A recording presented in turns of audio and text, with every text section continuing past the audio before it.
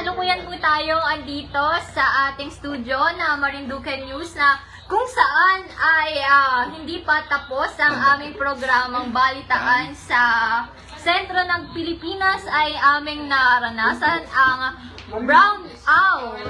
Ano masasabi mo, Sir Jason? Hindi lahat na save ang mga gamit na dapat i-save. O, Chini, ano masasabi mo? Offline task. O, Sir Santi. Tuloy yung trabaho. Tuloy yung trabaho, offline task. Comment naman po kung brown out din po dyan sa inyong lugar dito sa ating lalawigang Marinduque. O, Cristel, anong masasabi mo at brown out? Pa-off ng aircon, pa-off ng aircon. Oh, sir! Nakakulat yung buhok ko. Ayan, ano mo masasabi ninyo? Live na live po tayo sa Marinduque News. Ayan, mga brown out po dito ngayon sa Buwak. Diyan po sa inyong lugar, brown out sa ating mga manood sa Facebook. Shout out kay Ronaline Dabos, Regio Rota, kay Benji Leop, Maribel Pardilla, at sa mga manonood natin.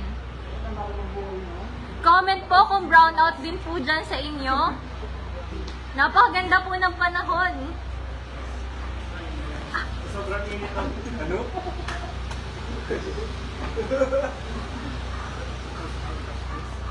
Kailangan ko, paki-explain, bakit brown out? Dahil po ba malakas ang ulan kanina?